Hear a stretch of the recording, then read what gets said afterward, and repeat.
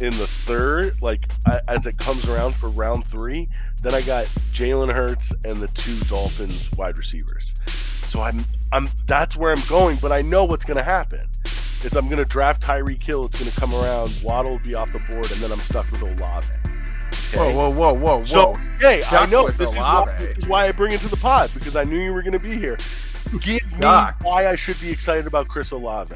Because he's sick. He's so good. There's so many sick players, but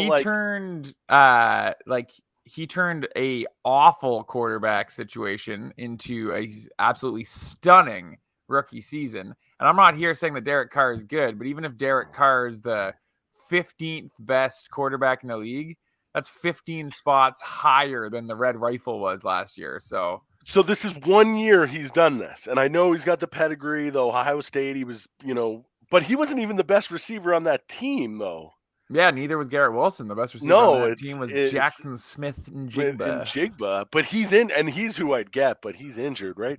So it's just like, what has changed with the Saints offense this year other than the quarterback?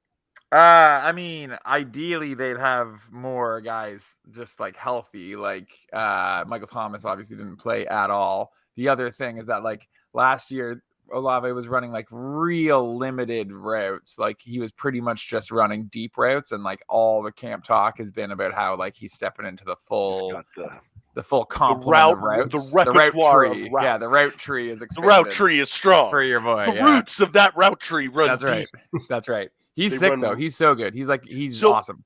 Would he be like a legit second wide receiver for me if I go wide receiver with Hill? I think so. I think he's the best. I think he's like the best playmaker on that team, including I'm worried I'm worried about target share.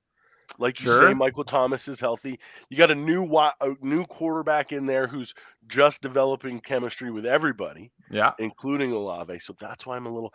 If I can get Henry, if Derrick Henry drops to that spot, I might go Hill and then Henry and then Hurts if I can. Oh, Triple H. Yeah. So the other thing is Darren Waller is like, I'm getting him in every league. Stud. I think the Giants are going to be good. You're terrified of the Giants this year is what you're saying. Terrified of the Giants. Because they have a really, really good coach. The NFC East. Should I sprinkle a couple units on the Giants to win the division? I mean, why not? You're probably going to get great odds. Okay. The Eagles are so huge favorites, right? I love talking sprinkling units with the boys. Oh man, Simon, you don't sprinkle units. I sprinkle a couple units. Oh, I sprinkle a couple of units. Spread them around here or there. Absolutely. I got to tell you guys a gambling story. Okay, so I put $100 on Bet365 like 3 or 4 years ago, just because I was like, it's legal. I got a little bit of extra money. Let me see what I can do. And so I got down to as low as 20, and then I went on a fucking run. Let's go. The Masters. Let's go. I was doing miscut bets or make cut bets, and I hit a 4-guy parlay. Boom. Super Bowl, I had Bengals to cover, and then I had Cup as the MVP, which was a huge bet. The draft that year, the NFL draft, I went nuts on the draft. I was up to now I'm up to $500-600. Hockey season starts, and I was, at the Flames. So I was doing Matthews anytime goal scorer, Johnny anytime goal scorer. And this is when the Flames were really good. And that hit a bunch of times. I was up to $700 on my Bet365 account. And it was Easter time, and I went to go visit my cousin. My cousin's a little bit older. He's a great dude. And he was like, do you do any of the gambling? And I was telling him.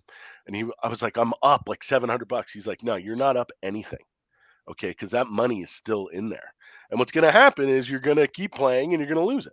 So he's like, don't talk to me until you take any of that money out. So a week later, I took out $600. So it's down to another 100. And I put that away, for Christmas presents or whatever. And then I ended up losing the next $100. So that was 2 years ago. I just told my wife. She was like, because she was like, there was an ad on, and she was like, what kind of, be serious, do you do any of the gambling? And I told her, that story. And I was like, we had $600 for Christmas presents. You know what her reaction was? so pissed. No. So pissed that I was gambling. So pissed. I was like, A, I haven't gambled in like 2 years. All I do is fantasy sports. And B, it's a success story. She was like, no, you're so irresponsible. We have a child. Wow. I was like, okay, great. I had a big win that I was ready to tell you about because it's the boys. Should have just left it in there, man. It's the boys who love the gambling stories. Oh, yeah. The girls don't love the gambling stories. No. That story makes me feel like such a degenerate because those highs and lows you were feeling, I felt that last night for 2 hours. That whole story. For what game? For the Jays? No, not sports bet. So I got into blackjack recently, and I like trying to get. Are you down at the CNE? Not yet. Oh, wait, you're just doing online? Online, yeah. Oh, dude, no. You're getting scammed. No, I'm not. Trust. Online is you're getting scammed. No, but is this live dealer? Is this live dealer blackjack? Live dealer. Yeah. You're fine then. Oh, is it like a video or whatever? Yeah. Oh, yeah. Oh man, I'd still be super. And you said like it's not a success until you like withdraw money. Yeah, I've withdrawn 3 times. So really? Yeah, it's okay. I have an addictive personality. It's not good. Do you have like the chart with where to hit, or do you know that? I have all the charts of like where to hit, what to do in whatever situation, and like when I get into something, I need to be fucking really good at something. So like I'm like I've been playing blackjack for maybe a month straight. It's not. Go down to the CNE, man. You'll rip it up if you've been doing that well. Go and do it live. Yeah, because you'll fucking murder it. I've gone twice. I went to like the new Pickering one and the new go to the Pickering Casino. What a fucking you are a degenerate. That's Pickering Chino. Let's go. Dude, I'd be sitting at the table and just looking around being like, my God, the types of people you see here. And crazy. What time are you going there? You're not going at night. You're going middle of the day. Dude, I was there at 2 a.m. Yes. Oh no, super late. Super late. Let's go. Love it. Such a degenerate. Casinos are wild, man. Casinos are so weird. I went to a casino for the first time in like 15 years, and holy, it's just like this. Just the all-time windows, people watching. Oh my God, no windows. It's always like kind of cold. Yeah, but legitimately, no idea what time it is ever. Have you done Vegas, Simon? Have you gone? No, to Vegas? Never have. You should do Vegas. I'm not a huge gambler, and I went with a buddy. The guy who was the best man at my wedding, his older brother and his dad, and we all went because they had a free room. And my buddy was like, "If you get a flight, you got a room, and we'll fuck around, have a great time." So I went, and my buddy and his dad are gamblers, and like even just sitting in the casino watching them play, they were playing like some sort of crazy poker, like against the dealer. Yeah, it was incredible because I was so entertained, and I'd played. Every time I wanted to drink, I'd put down like a 5 and I'd be like, all right, bring me 4 Miller High Lifes. Sick. And hacking darts indoors like a fiend. And it was I don't want to like put this in the podcast now. I feel like such a degenerate. I'm the only one fucking going to casinos and gambling my life savings away. Everybody goes to casinos. Timmy, I'm like you, where if I get into something, like I get into it like heavy for a while. So that's why I'm so cognizant of the gambling, because I know that it could just be like, oh, sorry, babe. Like I just took all of our savings and I put it on fucking the Las Vegas Aces to cover. That'd be a good bet. Well, big loss for the Aces. They lost last night, didn't they? True. I have no idea. Liberty, the rivalry of the league, still popping. The Sky and the Sky. No. Liberty. Sorry. Yeah. This pod is gonna have zero structure with Shelly not here. It feels like Shelly not here. Yeah, it feels like it's. Did you guys watch a game? Yeah.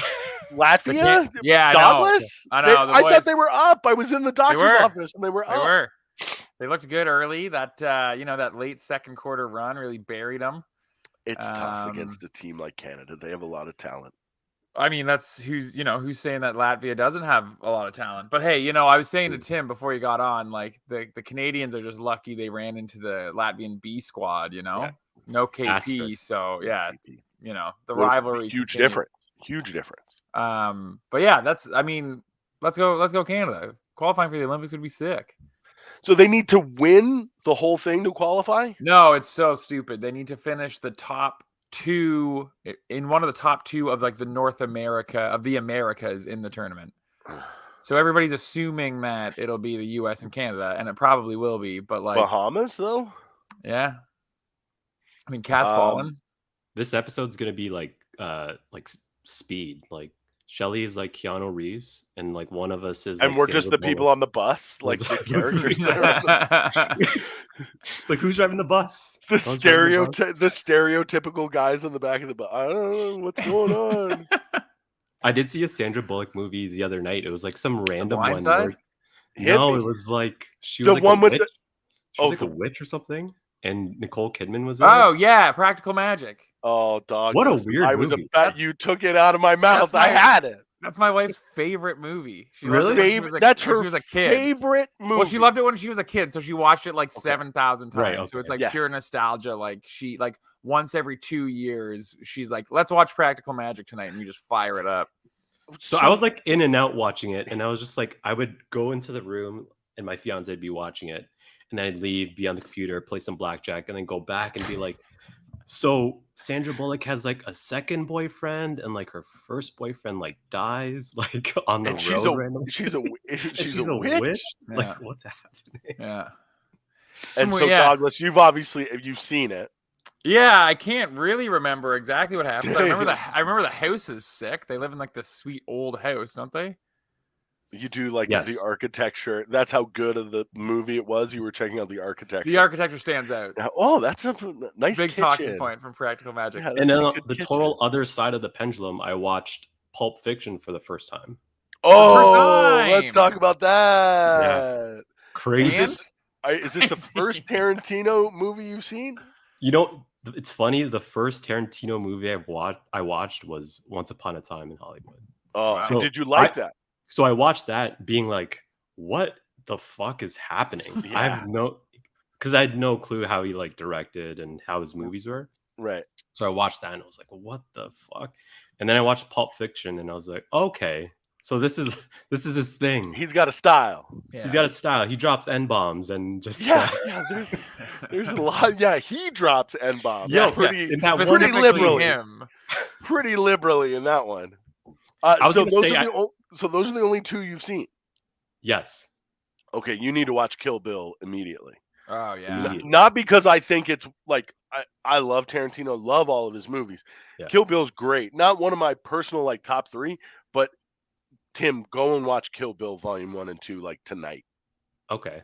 I heard Inglourious Bastards was like a must watch like right after. It is. It's super good, but I think if you want to like see Tarantino like really go nuts, like crazy, those two movies are like some of the craziest shit you'll ever see in a movie. Yeah, because like so in Pulp Fiction, the start like is such the Samuel Jackson and Travolta just talking in the beginning was so good. Yeah, I've never been so entertained with just two guys going back and forth. Yeah, like about to like kill a bunch of guys. Yeah, the man knows how to write a script. That's for sure. Yeah, even the couple at the diner. Oh yeah, couple at the diner. Honey Bunny. It's just I love it. So yeah, and like that'll obviously we're not breaking any ground here, but like throughout his movies, it's always like amazing dialogue. Yeah. I'm always one to like watch a movie and then I'll go on YouTube and go through the rabbit hole of like, what did this mean and what did that mean and like everything that had to do with the movie. I don't know. I guess that's everything I watch now is I watch a TV show and I'm like, you know, deep dive symbolism, like all the. So what's in the case? Oh, what's in the case? I haven't got to that case part. I've gotten to like the symbolism of like the bathroom of like every time John Travolta's in the bathroom, something happens and stuff like that. I got a good one for you then. Yeah. There's a documentary out there. It's called Room 237. Room 237. Oh yeah, Webby. Okay, have you ever seen the movie The Shining? Yes. Okay, this movie is all about ultimate deep dive. Who deep dove into The Shining and came up with these like conspiracy theories or readings of the film, and it is incredible. Yeah, it's really cool. It's really cool. And if 237, you've seen it, Douglas? Yeah, I've seen it. Like one of my favorite documentaries of all time, man. I gotta watch that because there's no like voiceover. You didn't even see these people explaining the thing. It's all cut over the movie. that they take little parts out of what they're talking about, but it's incredible. And it's like, what, 4 people talking about it or 5 people talking about their like reading of the movie. It's really dope. Did you end up watching Swamp Kings? I gave up after 2 episodes. I heard it was awful. Dude, I didn't even start. Friend of the show, angry. Steve Fallon, was telling me that it was awful and I shouldn't even bother, so I didn't even go for it. Yeah, I watched the first episode and then like I was like, okay, that was like decent, and then I started like looking into it, and everyone was just like, "There's they didn't literally tell any of the in stories." Yeah, they didn't tell any of the stories, man. All the stories people wanted to know. It was just Tebow and Urban Meyer talking about how they were really good, essentially, right? Yeah, like there was none of the juicy couldn't even get stuff. Chris Leak. Yeah, come on. Oh, did you see the Cam Newton video defending Chris Leak? Yeah. I sent that to the chat. He's a boss, man. We love him. So I noticed when it starts during the credits, it's a what is it called? The Athlete Tribune? Players Tribune? Players Tribune. It's a Players Tribune production. Really? Right? Is it really? Yeah. Oh. So it's like, and it got me thinking about, documentaries, especially for sports, right? Like we love good sports documentaries. There's so many awesome ones out there. And like Shelly was talking, I'm sure he'll join us soon and he'll talk about this, but that I haven't watched it yet, but the HBO documentary about the fake. Yeah, BSI. Bishop Sycamore. Yeah, apparently that's amazing because they were able to get this guy. He's not in charge of the production, right? Like it's not his production. Whereas this Swamp King seemed like it was an infomercial for Urban Meyer. For all of these people who want to, redo their image or talk about a certain situation or an event that happened, if the people involved are the ones that are like controlling the narrative, that's not a documentary, man. No. You're just. And I think the big thing is like the subject of the documentary, like the person can be kind of involved only if they're not afraid to come off looking like an asshole.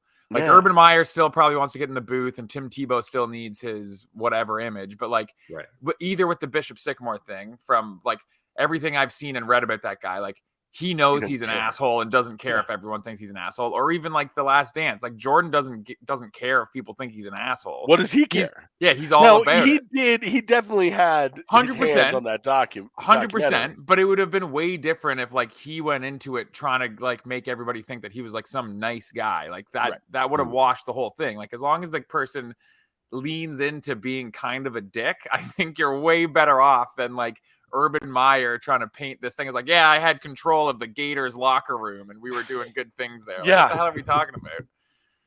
I was like a real disciplinarian in there. But this is why I kind of like the Manziel one more, because I found him so honest and like didn't give a shit. Like, I fucked up. Right? I was doing coke. I was doing oxys. I was partying. I shouldn't have been, But at the end of the day, I didn't really care. And like, so you saw. He might be a flawed person, but at least he was honest on camera for this documentary. Sorry. So wait, you got through how many episodes? Just 2? And then I was on to oh shit. What's the one on Netflix? I mean, that's on the Netflix. Marriage one, The Ultimatum. Oh yeah, buddy. Bang that out pretty quick. Yeah, I'm waiting to see who's ending up with who. It's kind of boring though. Like, get it together, guys. It's man, Wait, was this the lesbian one you were talking about? No, but that one is incredible.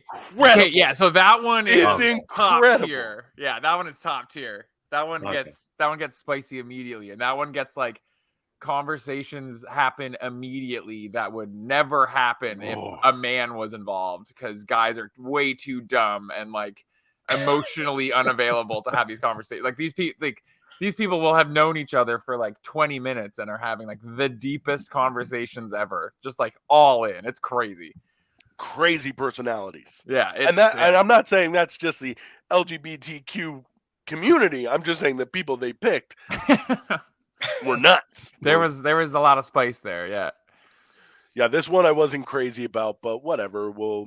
We'll see who ends up with who. Like, let's get it together. Oh, okay. So the other one that my significant other has me watching is the new Real Housewives of New York. Okay, I haven't got. Okay, and go on. Okay, I'm gonna get in trouble. It has the hottest housewife of all time. Just an absolute stunner. Okay. And I'm watching this, like, and my wife is like, "Oh, what did you think?" And I it's taking everything in me to be like, I would cut off my left leg to be with Brynn for a night. Like, she is just a rocket, and I've got to play it super cool. How familiar are you with the old cast of RHONY? I got into it late. Like, so, are there carryovers into the new one? My wife is for sure going to watch brand this. new. This is all new. Okay. Reset. Hard reset. Because there were some all-time cast. You're talking members Ramona and Sonia and the greatest quote in Housewives history. Dorinda is my like. Oh yeah, that's my girl. The greatest quote in Housewives history is from New York, where she's like, "I'll tell you how I'm doing. Not well, bitch. Not well, bitch." So again, this is what we'll do. TikTok talk. My algorithm now is like the greatest moments of Real Housewives history. Oh yeah, because it knows I'm watching it, right? Yeah. And so I'm getting some bang, and I have to go to Ashley, and I'd be like, because I only picked it up super late. Yeah. And I'd be like, "Yo, Bethany didn't come to Luann that Tom had been cheating like right away," and she was. She's like, "That happened 8 years ago." So Brynn Whitfield, is that her name? Or am I looking at someone else? Hold on. Real Housewives New York. If you're not like, "Oh shit," yeah, Brynn Whitfield. Maybe it's what the camera does. I don't know. These images on Google Image aren't that great, but the camera, she is just like, damn. So what are the, like? I've never watched it. Like, what's their story? Like, is there a background, or is it just we picked They're up rich. So Bravo comes and they take these however many women that are rich, and they say, "We will give you more money to hang out with each other, and we can film it, and we want you all to be off ratchet. Be as ratchet as you can." Yeah. And so they do them in different cities, and honestly, like, I don't know how to explain it, Douglas, but like, there are just some of the craziest people that get into the craziest situations of all time. Like, it's incredible. Yeah, and they're dumb, and you hate them, and it makes you hate capitalism, and you'll want to like join the workers' revolution and start reading Karl Marx and shit, because you see these dumb rich people that are getting more rich, and you're like, "I hate you, and I want the streets to run red with your blood, but I'm going to tune in every week to see if you actually get in a fist fight with Sonia Morgan." You know? Well, and like half the fights are like, because like every season seemingly is like centered around like one vacation. They always go on one vacation. Sometimes multiple vacations. And then there's like, one or two events. The Housewives have like, I don't know, like a gala or a dinner or whatever. Like those are always sprinkled in. Yeah. And the fights that these people have at like black tie events, outrageous. I need to go to more like, $300 a plate dinners, because apparently they're spicy. Apparently people are just yelling at each other the whole time. So there's a lot of like throwing drink, like big throwing drink crews where it's like the challenge, or sometimes you get throw hands. Yeah, they're throwing drinks. Yeah, big time throw drink crew. Like sometimes the whole glass. Oh yeah. It's. I mean, it was like introduced to me, and now it's like, okay, I'm watching 3 seasons of Real Housewives going on at the same time, because it's just like a drug. It's there is always some Housewives going on in the background at the Douglas household, for sure. Andy Cohen, man, at all times. Smartest dude. He is essentially Bravo, right? Like he is the executive producer of every single one of those shows, and then has like a talk show where he just invites people on. Yeah, getting a cut from every one of those, and they like below deck. He's getting a cut. Like, what a guy! Like some people are like, Elon Musk is the smartest person on the face of the planet. Like, no, I'm like, no, man, it's Andy Cohen. Just Andy Cohen is quick, he figured out women. He figured out women, and he made money off of it. I'm just like Googling. That's the patriarchy right there, brother. He's just, you want to know? The cast here and all like the headlines on on this is just so funny. Like, Sai De Silva admits not speaking to Brynn after filming Wrapped. Revenge is afoot after Brynn is too friendly with Aaron's husband. Yeah. Brynn and Aaron. Whatever Also, the happened there? scandals Yeah, that some of these people, some of these people get into are crazy because, like, you know, a lot of them are rich, a lot of them are married to rich guys. A lot of the like rich husbands turn out to be absolute dirtbags who, like, you know, are like kicking low income people out of the properties they own, or like really going to jail for crazy shit. Like, yeah, really dark shit. Yeah, really dark shit. And then they have to like handle it on the show, which is also really weird, as like, you know, someone's still trying to be a sympathetic figure despite being like embroiled in an absolutely awful scandal. And I'm sitting on the couch and I'm trying to get off jokes about, like, you know, what, and it's not, they're dying. These are bombs that are falling and not good. And then, yeah, but what's crazy too is that with, like, soon with this writer strike and shit, we won't even have like actual stories anymore. It'll just be reality TV because it's become like a machine unto itself. Reality TV and game shows. They don't need to make any like narrative content for us anymore. Yeah. This podcast is going off the rails. We're digging deep. Let's do it. This sports podcast is. Have we talked sports yet? We talked a little bit of Canada, Latvia. Yeah.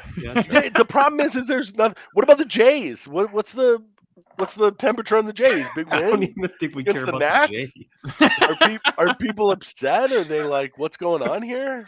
The people have hated this team. The Jays aren't on here. Yeah, I know. People have hated this team all year. My experience as I'm a Jays fan in that I thought you were a Yankee fan. So I mean, like, when I was like into baseball, I was a Yankees fan for sure. Me and Messina just rooting on the pinstripes. The pinstripe, the boys. The Bombers. The Bronx Bombers. But yeah, I do love the captain. I do love Derek Jeter. I'm not gonna lie. But I'm Clint Frazier. Oh yeah, that was tough. Fall off. I was cheering for him too as a ginger athlete. I know. We need more ginger athletes excelling in pro sports. The thing about the Jays that's been weird to me is, like, again, I'm a fan in that I live here and like my buddies like them, and that's more fun when my buddies are happy. But like, everybody has hated this team all year. All year. Everybody in Toronto hates this team's guts. The groan when like Vladdy grounds into a double play, and the whole news hates it. Absolutely hates it. It's to the point where, like, when Vlad comes up, people are just like, oh, like, here we go. Soft grounder to short. Like, people hate this team. So what do you do? Like, I thought Vlad is like, you know, face of the franchise. It's Bo. Because you know what's going to happen. They're going to trade him for some package, and wherever he's going to go, he's going to hit like 50 bombs. Boom, first year. Vladdy lacing it up for the fightins. Listen, imagine. We don't need him. Getting hot at the right time, boys. Getting hot at the right time. Boys, feeling good. I'm feeling first baseman. Who's your first baseman? Yeah, we don't really. Well, Rhys Hoskins, but and Bryce Harper's trying. Yeah, Bryce Harper played last night. Hit a dinger. Let's go. No, we got Rhys Hoskins, but he's coming back from an ACL tear, which is always, I mean, no big deal. You just Rhys moved to modern medicine. That's nothing. Yeah, exactly. Yeah, baseball's not that sexy to talk about. Like, Ohtani's done. Do you care? Like, do you care who wins the World Series this year? No. Atlanta? No. Acuna's fun. Did I see he's like 30-60 or something right now? He's like the first ever 30-60 guy or something. He's got what? Steals. 60 steals? Yeah, bro. He does not have 60 steals. Yeah. Acuna? Close, right? I think he's close. Yeah. No way. Yeah, he's crazy. Super good. And then I guess I'm rooting for Seattle. I'd like to see Seattle do well. I like that Julio Rodriguez. He's been killing it. I like him. So this, like, Ohtani is hurt, and he is, by all accounts, supposed to not be with the Angels next year, right? You know what? I don't think he pitches ever again in the major leagues. I don't think he pitches ever again. Yeah. Wow. Yeah, he's going to have his second Tommy John, man. I bet he doesn't pitch again. But even if he doesn't pitch again, he'll still get $500 million from a team. Yeah, for sure. But so like this team for what 5 years or 4 years had Ohtani and Mike Trout, and every single year were just absolutely Angels, garbage. The Angels, brother. What a terrible track record. They on the Angels. sold their soul. They sold their soul to the Rally Monkey back in 2002. That was it, bro.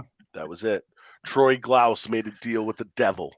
Did they have David Eckstein back in the day? Goddamn right they did. Well, they definitely did, but was he? I think he was on that team and then went to the Cardinals. He was a plucky. Let's do a little immaculate grid on the pod. Everybody loves that. I listened to that episode when it came out. I was like, that's not great pod. The boys just doing the immaculate grid on an this guy's audio being format. like, cards and brewers. Rockets, Warriors. Who could it be? Did Josh Smith ever play for the Warriors? Yeah, baseball. Fuck. What else? Brutal. I don't even know. College football? Are you college football? Let's go. I am so excited. Caleb looked good. Caleb looked. Oh yeah. I like. They always blow it. USC. Yeah, for sure. Mm-hmm. You know what we need to stop doing, by the way? I saw this again on Twitter today. Was someone was like, "Oh, he's a combo of Mahomes and Burrow and Manning and Lamar." Like, we really don't need to do this.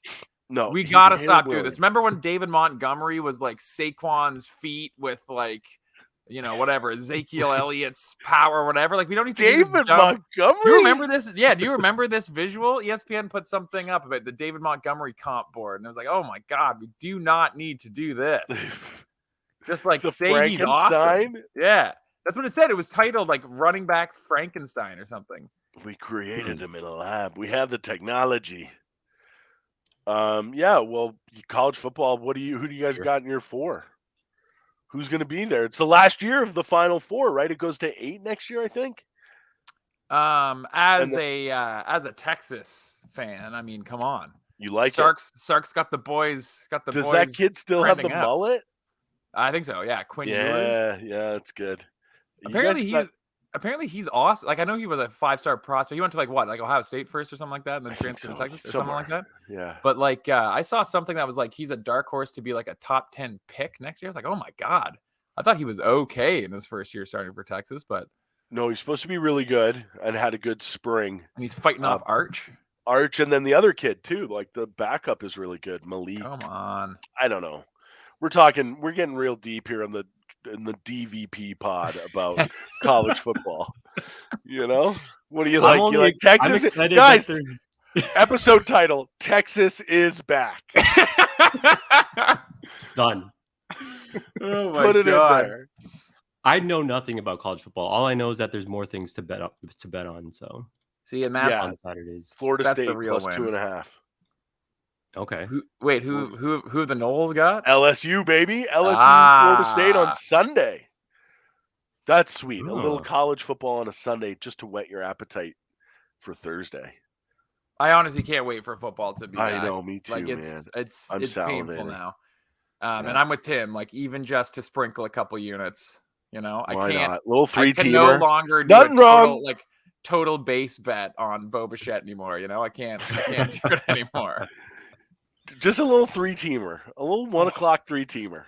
Yeah, and then when you're like down like $100, you bet it all on Hawaii at 11 o'clock. Yeah, that's it. Let's go. Yeah. Fresno State, the Fighting Rainbows, 17 in the hook. Let's go. Game that starts at 12 o'clock. I heard their second receiver is getting first round love in the draft. I'm expecting it. Second team all Mountain West. Come on.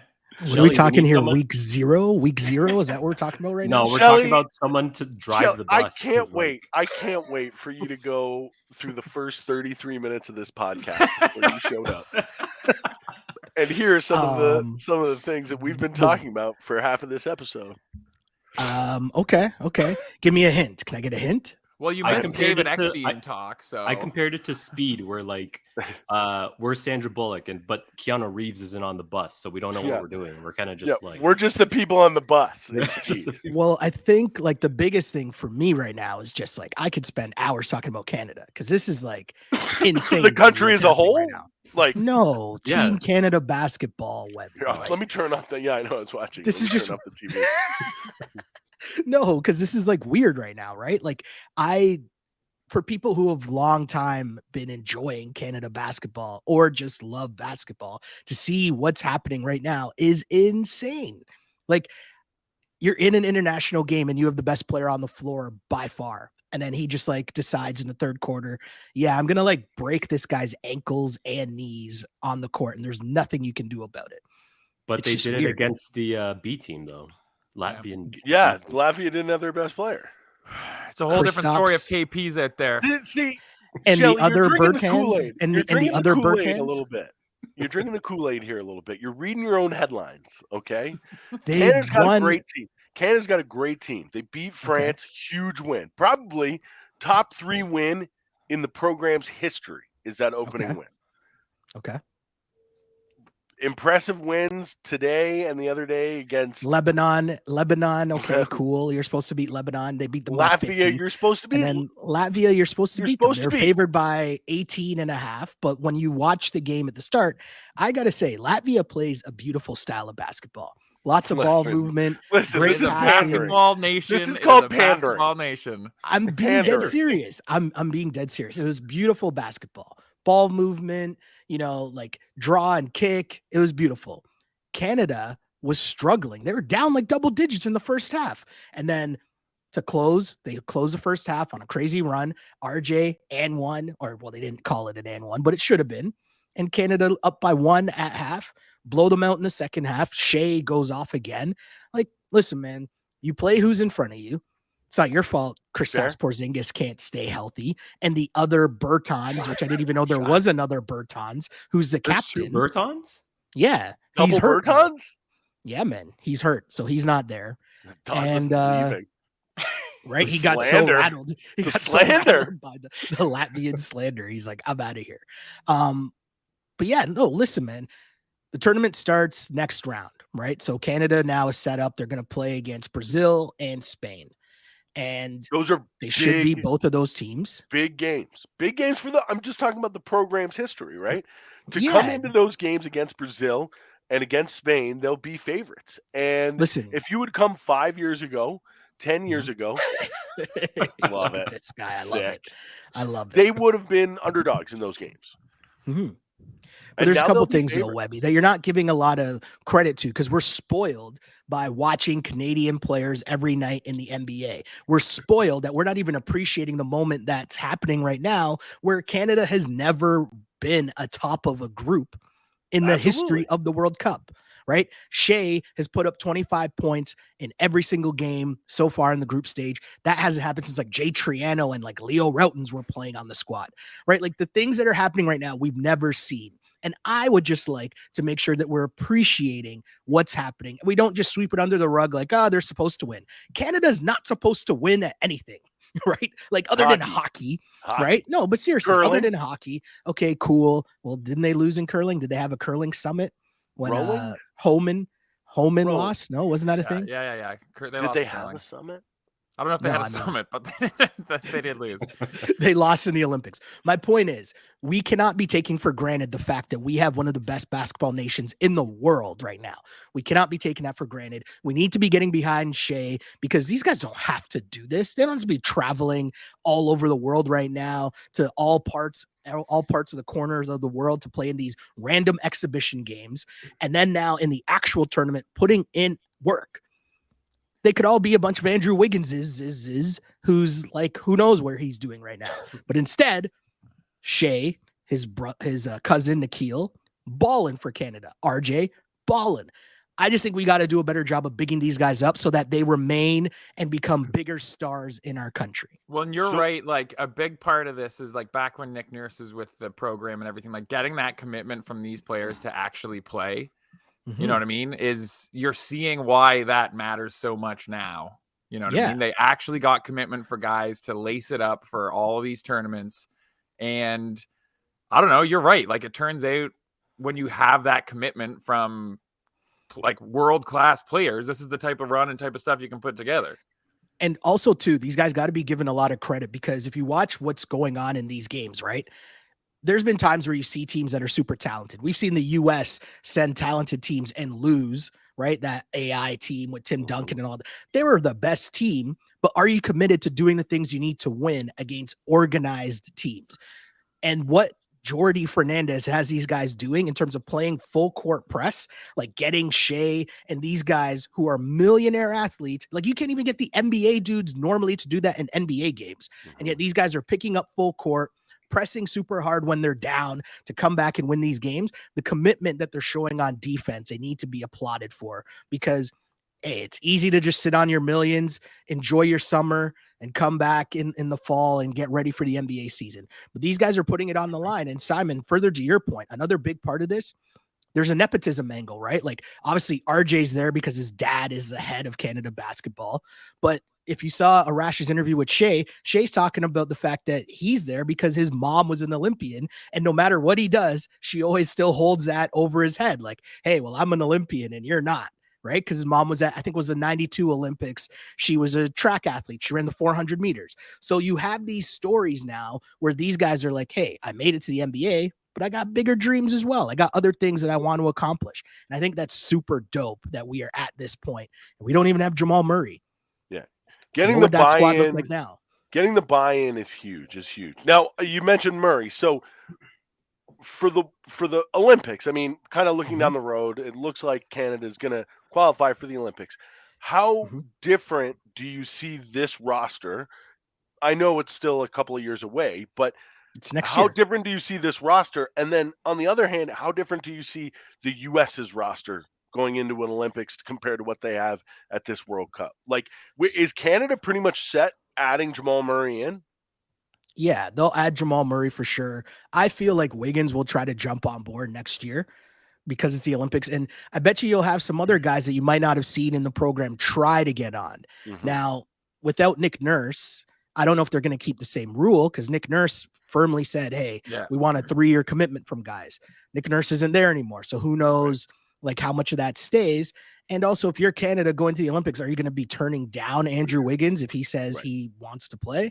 But I will say this, the other part, the kind of chain reaction to this is, I guarantee you the US is not going to mail in their team next year once they see, oh, okay, like we can't really play around with this anymore. Like, we can't lose. Like, imagine the US losing to Canada in like the Olympics. You want to talk about like a summit? There'd be yeah. But it'll be interesting to see what the US look at this does. US team now. Right? If you added Jamal Murray to this Canada team and you added Wiggins to this Canada team, they're giving this current US team a run. I'm not saying they win, but they could give them a really solid, good ass game. I don't think like that has to scare the US. No. Well, they have bullets in the chamber, right? They've got of course a bunch of players that aren't there. I'm interested to see which of these players that are playing for the US in the World Cup have earned their spot onto an Olympic team, you know? Yeah. I want to see, like does Durant come back for one more year? Ant is on the Olympic team. Like, that's hands down. But outside of him, like, I mean, does our boy Austin Reeves? I mean, he'll get a look, but I don't think he's going to take Devin Booker's spot, or, you know, there's a bunch of other players that aren't playing in this World Cup for America that it'll be interesting to see, kind of, because I think the US, like we talked about it last time, they've been playing really well together. Like, Ant's been a superstar, but the team's been playing well as a unit, like Canada. Yeah. So I want to ask you guys this, because I know you guys are ball fans, right? Like, you guys love basketball. I get that. What I want to know from you guys, though, because this Canada thing, because the games are on so early in the morning, it's not going to cross over into the mainstream for real, probably until they get to like the semifinals or something like that, right? They're pretty much guaranteed they'll split. They have to basically get a split against Brazil and Spain to advance to the quarterfinals, right? So now you're talking big boy games. I want to ask you guys, though, what will get your attention, right? Like, you're saying everything they're doing now, they're supposed to do cool, not really impressed, winning every game by 25, cool. But what will get your attention? Is it getting a medal? Is it getting to the semifinals? Will that get your attention?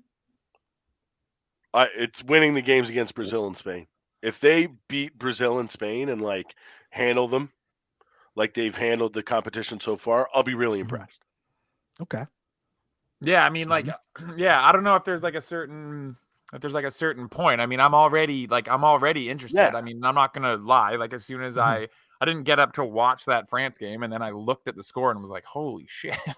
Yeah. So yeah, it was over. Yeah, I've been paying attention since then. I mean, the big thing, like we said it kind of last week, like the expectation is to finish as one of the top 2 teams in the Americas, right? Like that is fully the expectation for this team. So like anything short of that, I would legitimately view as a disappointment. So I mean, at this point, like to do that, you got to keep winning, I think. So like, yeah. No, it'll be awesome. I would love to see nothing more than a Canada-US final. I think that would be that's what everybody wants to see. But I also think like, because I want it, and I could have this wrong, so don't quote me on this, but I feel like Canada is on the side of Luka. So I feel like they might, if Luka loses before or they have to go against Luka, I feel like that's the game where I'd really like to see that, to see how a team like Canada handles a single force like Luka in the international game.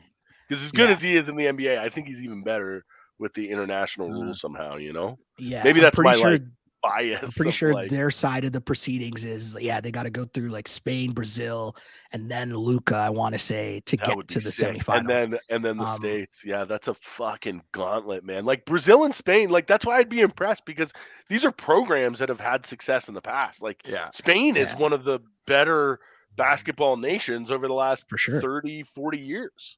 For sure. Totally. They may not have the names like they had when they were like the Gasols and Calderon and stuff, but they'll have a organized team that'll give Canada a test, man.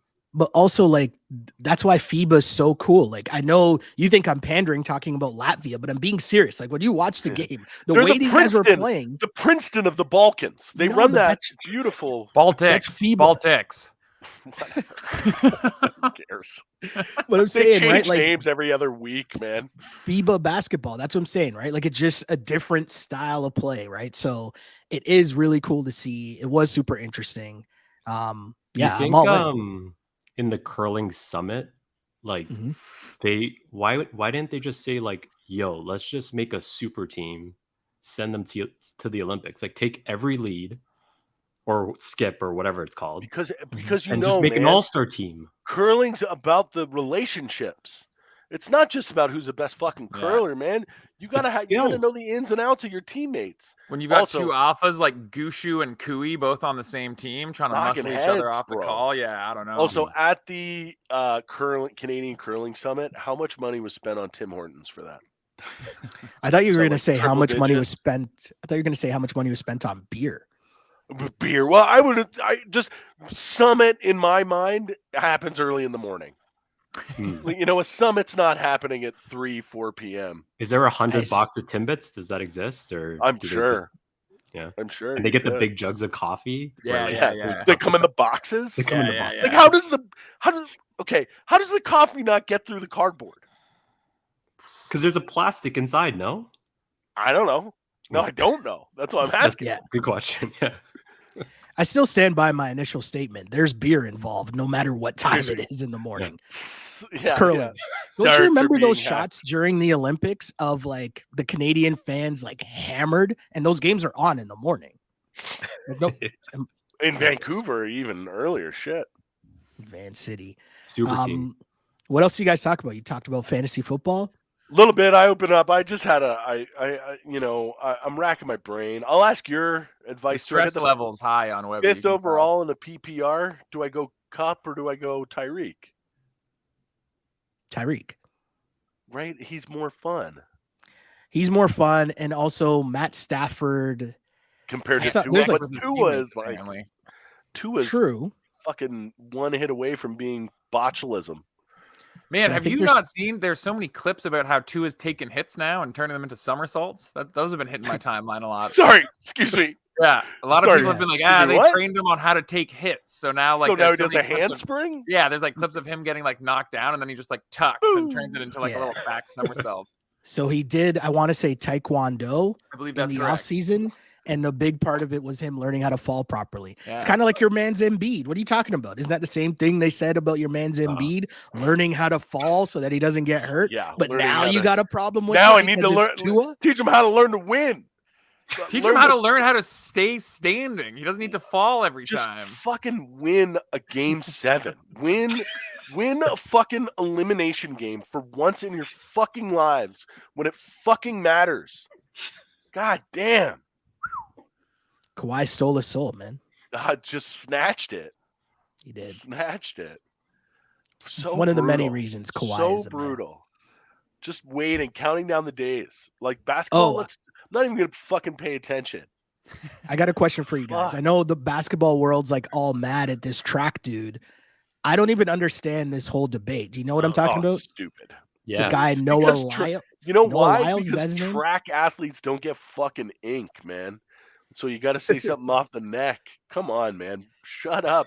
There's international players that play in the league, man. Luka doesn't play in fucking Lithuania or wherever he's from. He plays in the NBA. It's the best players in the world. That's why it's a world championship. So the people might not know what we're talking about. Noah Lyles is a track and field athlete for the U.S., and he is coming under fire. Basically, the whole entire NBA is going at this guy's head because he said, why do NBA champs call themselves world champs? And his quote was, world champion of what? The United States. And now Twitter is in this whole debate over whether or not the NBA champions should call themselves world champions. And I'm like, what a dumbass argument. Like, first off, who cares?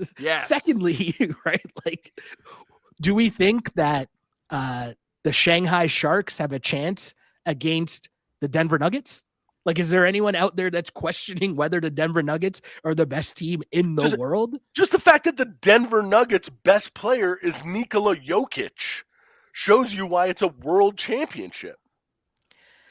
So I thought the level of petty was this guy, like, obviously trying to get a name for himself and doing this. But what do you think about the whole NBA going at this guy? Like, was that necessary? Like, they're all in his mentions. KD, Devin Booker, all of them are going at this guy. I'm just surprised everybody was so mad. Like, who cares? Oh my God. Like, Devin Booker's furious. Meanwhile, he's never even won one anyway. So what does he care about? Holy shit. People are fired up though. People are super fired up over this, but it's also the summer. And I know you guys talked about waiting for the NFL to come, but that's when we need the actual talking points, not whatever a track star is that we didn't even know his name last week. Honestly, we're doing an episode before the start of the season, right? This isn't our last of the NFL season. Yeah. We'll do one next week, right? Yeah, because it'll be next Thursday. Right? Next Thursday. Okay, yeah, that is correct. Yeah, because we got to get. Was there a follow up there, Webby? We got to get some takes off. We got to get some takes off about the NFL, but I don't want to do it at like minute 54 here. Well, I mean, I'm going to assume that your take was going to involve something about Jalen Hurts winning MVP and the Eagles making it back to the Super Bowl. No, you weren't this time. You weren't here earlier, man. My pick is like, if I had some money lying around, I'd do a little sprinkle, a couple of units on the Giants winning the division in the NFC. The G-Man. What? Yeah, man. Yeah. Why? Scared of Danny Dimes. They have the best coach. They have the second best coach in the NFC. I'm not falling for this Webster reverse jinx right now. This is all cap. It's straight no cap right now. There's no way that you think the Giants are going to be better than the Eagles. Mr. Philadelphia himself honestly thinks the Giants are better than the Eagles. Not a chance. I didn't say better. You just don't want to say the Cowboys because you hate the Cowboys. No. So you're contractually obligated to just slander them. But you'll let the Giants slide. Would you really take Dak Prescott over Daniel Jones? Yes. Why? Because he's better. He's not better. Daniel Jones. When was the last time Dak Prescott went to the playoffs? Last year. Were they in the playoffs last year? Yeah, the Niners beat them in the playoffs last year. Nah, never mind. Do I have that wrong? Well, because I had Danny Dimes beat them in the playoffs. Danny Dimes got them to the playoffs too. I would just take Danny Dimes over Dak Prescott. Did I get that wrong? Didn't the Niners? No, you're right. I'm wrong. I thought they missed the playoffs. Or was that 2 years ago? Clearly, the Cowboys are a little worried about Dak Prescott bringing in former third overall pick Trey Lance. That's such a spicing up the quarterback room in Dallas. Dallas beat the Bucs, and then Dallas played San Fran and lost. Yeah. So Dak had a playoff win. Giants beat the Vikings. Yes. So they made it equally as far last year. Big to the Eagles. I'm just saying, there's always one of the Super Bowl teams always struggles the next year. I'm willing to put that on myself that's going to be the Eagles. They got a way harder schedule. They got a big target on their back. Nobody likes Sirianni. They're going to be gunning for them. I can see them stumbling. I think they're a better team than the Giants, but I just think the Giants have an easier path to win the division. The Giants were so lucky last year. They won so many close games.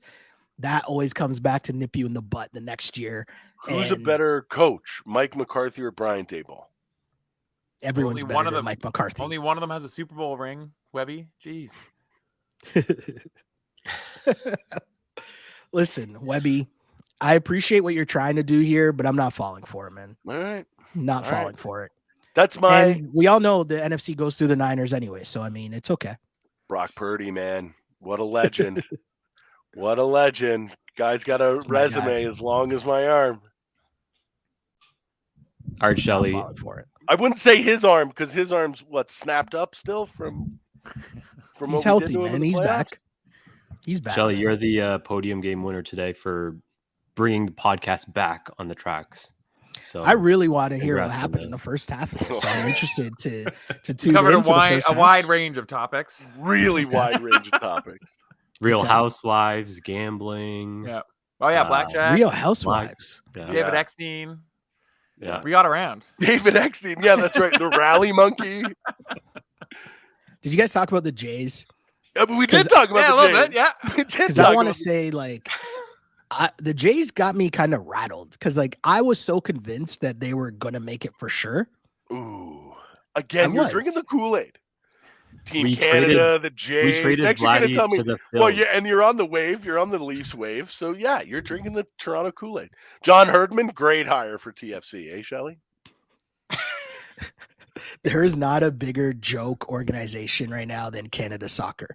Yeah, imagine, a national team coach stepping down to coach in the MLS. A national team coach stepping down, on the eve of hosting a World Cup to coach TFC. Canada Soccer on an all-time run of just stacking L after L after L after L. This is amazing.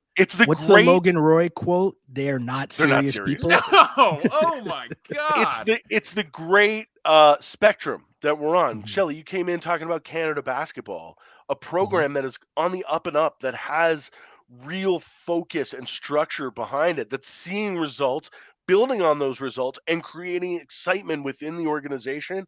And then on the other, you have Canada Soccer that just drops the ball with the men and women, and it is an absolute nightmare. It's crazy that one country can have these two programs that are very high profile athletic programs that are on television all the time, and one is handled like a fucking Wendy's in South Philly, and the other is handled like something that's handled really well. I don't know.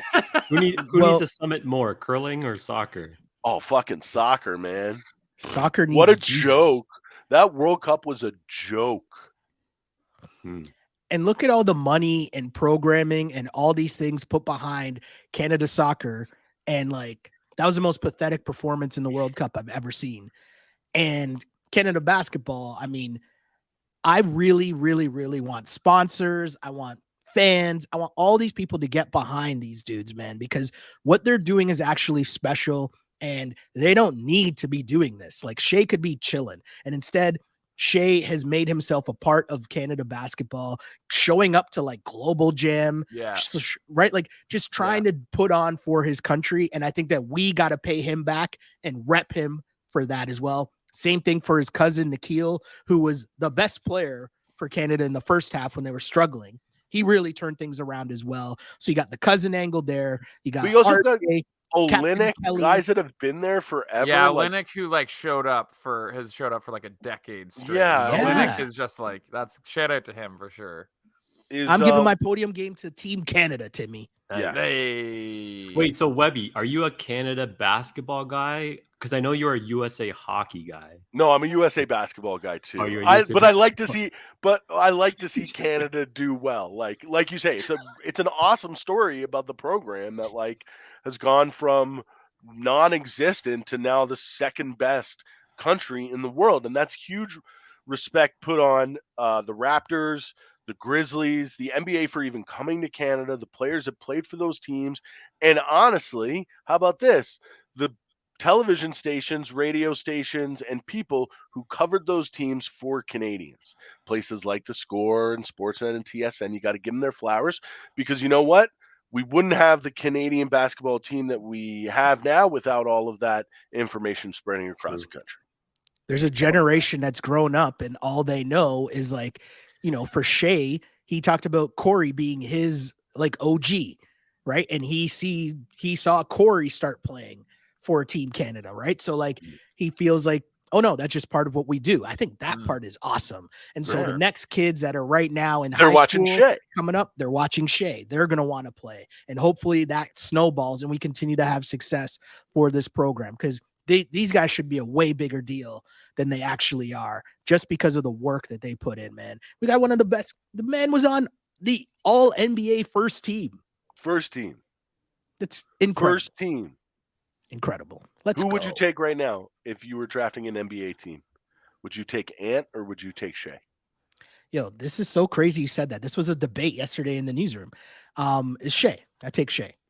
Douglas? Shea's a better leader. I think I take Shea, but I'm pretty sure that Ant's going to come in this year and be awesome. Timmy Hags? Awesome. It's probably Ant for me. So I like athleticism, you know, just he's a beast. Overpowering the other dude. I take Shea. Ant might be the better player eventually, but I think Shea is a better leader. And if you're asking me who I'm starting my team with, I'll have Shea be the point guard, be the leader of the team. And I mean, he's had a few little there's been a lot of apologies, we'll say, for tweets or comments or just randomness that you might not want those headlines for your franchise. I'll take them. I really hope that this year, I hope that this year finally the Thunder actually play guys. Yeah. For the first time in like 5 years, they're not just shutting guys down for no reason. Like, let's actually see Chet play consistently. And low key sprinkle Chet. Ooh, couple units on Chet. Rookie of the year. He apparently was balling out at that USA camp. Yeah, you'll get big odds because everybody's betting Wembanyama, right? But Wembanyama is a twisted ankle away from them shutting him down for the entire season. Why would they even want to play him? Yo, did you guys see that story today? And we can cut this out. But have you guys seen the story today about how Ontario is changing the laws for gambling in Ontario? So you can't have celebrities, athletes, social media influencers, or anyone advertise for gambling. Cabby. What the fuck? What do you mean? Well, would he count in that? Well, I have no idea how what the trickle down of all that is, but the thing that I read said no athletes, no celebrities, no social media influencers. Like no celebrities? No celebrities, no actors. Those segments on TV are done? Like, can you still do that kind of content for Hockey Night in Canada where they would come on and be like, oh, let's take a look at the board? See that? Because you would have a celebrity technically, right? Because I thought it was just athletes. I thought it was just athletes and like retired athletes. Yeah, the full thing I read, shouts to CP24. You know, I always get it. Sorry. That's a reliable news source. That's too much of an inside joke that I shouldn't say on a podcast because people are going to think I'm being serious. We're keeping it in. Yeah, but I'm saying no, it said legitimately no celebrities. And the whole intent is that people who can influence children, that gambling is good, even though I don't get how you can gamble as a child. Like, don't you need credit cards and ID to make your online account? Kids nowadays, I figure they can do pretty much Like, was Connor McDavid convincing me to gamble? Like, that's the other part I really don't understand. But anyways. How about Aaron Paul talking about same game parlays? Same game. He sounds parlays. medicated, eh? Oh my God! There's the one where he's like just listing off sports. He's like, you can bet on football, baseball, basketball. Yeah, like Jesus. That's right? gotta be save AI, your money. Right? That's gotta be AI Aaron Paul. Yeah. That's right. Timmy, you just solved the problem. We're gonna get AI ads now. 100%. Boom. If we don't already have them. Oh no, sorry. In the thing it said no cartoons even. I mean, yeah. So I don't know how these companies are gonna gamble. Heathcliff. Yeah. Sorry, Heathcliff. Jeez. And that was the most random cartoon guy I could think of. Hey, well, we can promote it. Maybe podcasts can promote these sports books. But I feel like we would fall under social media influencers. Oh, Big Cat did when before Portnoy bought back Barstool. Yeah. Oh yeah. Yeah. Because it was like the guaranteed parlay, which was obviously a joke. Yeah. So and then someone sued him for saying, you can't say that. Sports. Well, again, Shelly, I can't wait for you to listen to this episode from the top, man. You're just gonna be like, what the fuck?